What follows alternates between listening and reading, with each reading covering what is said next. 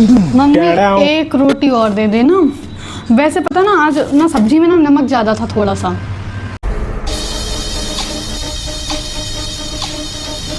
क्या बोला हूँ? इतनी गर्मी में रोटी करें और इन्हें सब्जी अच्छी नहीं लगती, सब्जी अच्छी नहीं बननी। ज़्यादा ही होता ना, खुद ही बना लिया करो।